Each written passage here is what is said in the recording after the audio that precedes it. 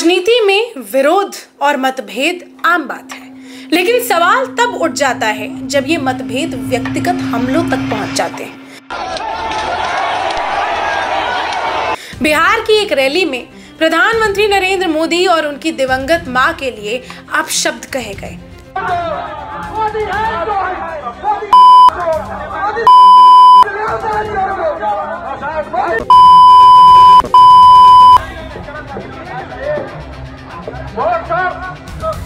Video सामने आते ही सियासत गर्मा गई। अब आरोप प्रत्यारोप, गिरफ्तारी और नेताओं की तीखी बयानबाजी ने इस बहस को एक नया रूप दे दिया है कि आखिर राजनीति की भाषा की मर्यादा कहां तक जानी चाहिए। बिहार में इस साल के अंत में चुनाव होने हैं। इसी बीच राहुल गांधी वोटर अधिकार यात्रा पर निकले। यात्रा का मकसद बताया गया कि चुनाव आयोग की मतदाता सूची में गड़बड़ी और कथित वोट चोरी का विरोध करना। लेकिन दरभंगा जिले की इस यात्रा के दौरान एक वीडियो सामने आया। इस वीडियो में एक व्यक्ति मंच पर प्रधानमंत्री नरेंद्र मोदी और उनकी दिवंगत मां के लिए बेहद अपमानजनक शब्दों का इस्तेमाल करता हुआ दिखा। वीडियो वायरल हुआ तो माहौल भी गर्म हो गया। पुलिस ने आरोपी को गिरफ्तार कर लिया और बयान दिया कि कानून अपना काम करेगी, लेकिन तब तक ये घटना राजनीतिक विवाद का रूप ले चुकी थी। बीजेपी ने इसे बड़ा मुद्दा बनाया। दिल्ली की मुख्यमंत्री रेखा गुप्ता ने सबसे तीखा हमला किया। कहा कि ये खराब परवरिश का उदाहरण है। जो लोग माँ जैसे पवित्र शब्द का सम्मान नहीं कर सकते, उन्हें धरती माँ, भारत माँ और सीता माँ की भी इज्जत करना नहीं आता। जिनको ना धरती माँ से प्यार है, ना भारत माता से प्यार है और ना ही माँ शब्द का सम्मान वो जानते हैं। मैं सीता माँ की धरती पर इस तरह की भाषा बिल्कुल बर्दाश्त नहीं की जा सकती। सीता माँ की धरती पे हमारी किसी भी माँ का अपमान कतई बर्दाश्त के लायक नहीं है। वहीं राजस्थान के मुख्यमंत्री भजनलाल शर्मा कहते हैं कि कांग्रेस और आरजेडी ने बेशर्मी की सारे हदें पार कर दी। ये केवल प्रधानमंत्री का ही नहीं, बल्कि पूरे देश का अपमान है। देश की जनता इसे कभी माफ नहीं करेगी। गृह मंत्री अमित शाह ने गुवाहाटी में एक रैली को संबोधित करते हुए जवाब दिया।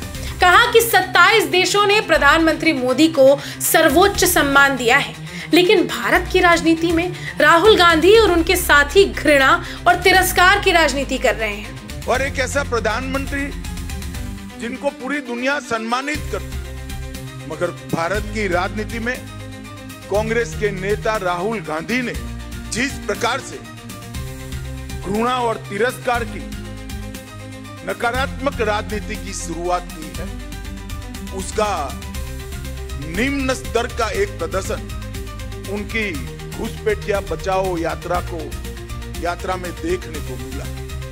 उन्होंने तो वोटर अधिकार यात्रा पर भी हमला कहा कि वोटर अधिकार यात्रा नहीं, बल्कि घुसपैठिया बचाओ यात्रा है। जितनी गालियां आप मोदी जी को दोगे, उतना ही कमल का फूल और ऊंचा खिलेगा।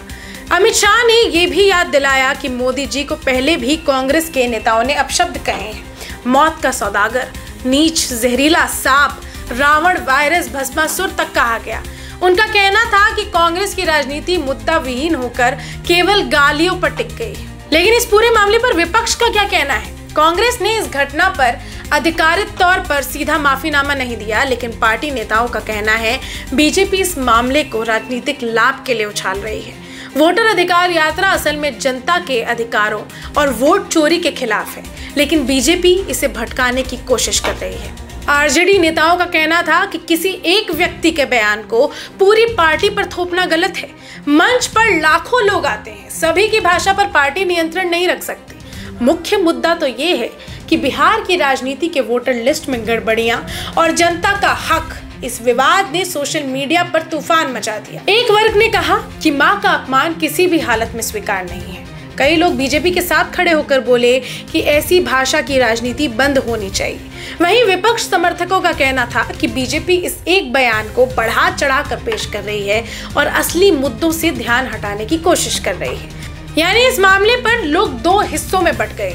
एक तरफ नैतिकता और भाषा की मर्यादा का सवाल, दूसरी तरफ चुनावी राजनीति का एजेंडा। ये पहली बार नहीं है, लेकिन जब भारतीय राजनीति में भाषा की मर्यादा टूटी है। सोनिया गांधी ने गुजरात दंगों के बाद मोदी को मौत का सौदागर कहा था। मणिशंकर अय्यर ने उन्हें नीच बताया। दिग्विजय सिंह ने जहरीला सांप कह दिया।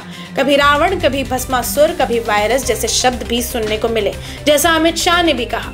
लेकिन ये गालियों वाला खेल सिर्फ विपक्ष का नहीं है। बीजेपी के कई नेता भी विपक्षी नेताओं के लिए कड़े शब्दों का इस्तेमाल करते रहे हैं।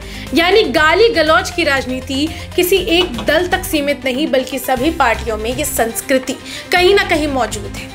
अब बड़ा सवाल ये है कि क्या भारतीय राजनीति केवल गालियों और अपमान के सहारे चल सकती है? बीजेपी इस मुद्दे को जनता की भावनाओं से जोड़कर भुना रही है। उनका कहना है कि मां का अपमान देश का अपमान है।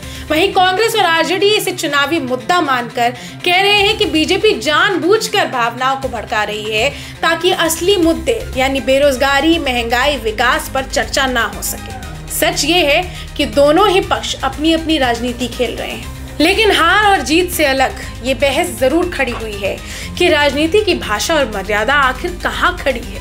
तो अब सवाल आपके सामने है, क्या गाली गलौज की राजनीति को जनता हमेशा नजरअंदाज करती रहेगी?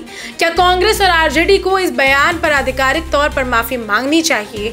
और क्या बीजेपी इस मुद्दे को वाकई ईमानदारी से उठा रही है या इसे चुनावी हथियार की तरह इस्तेमाल कर रही है? और सबसे बड़ा सवाल, भारत जैसे लोकतांत्रिक देश में क्या राजनीति अब मुद्दों से हटकर गाली गलौज और भावनाओं पर टिकेगी? ये फैसला आपके हाथ में है। आपको इस पूरे मामले पर क्या लगता है? क्या आपकी राय है? हमें कमेंट्स में ज़रूर बताइए। इस वीडियो को लाइक कीजिए और ज़्यादा से ज़्यादा शेयर कीजिए। जुड़े रहिए हमारे चैनल द पिलर के साथ। धन्यवाद।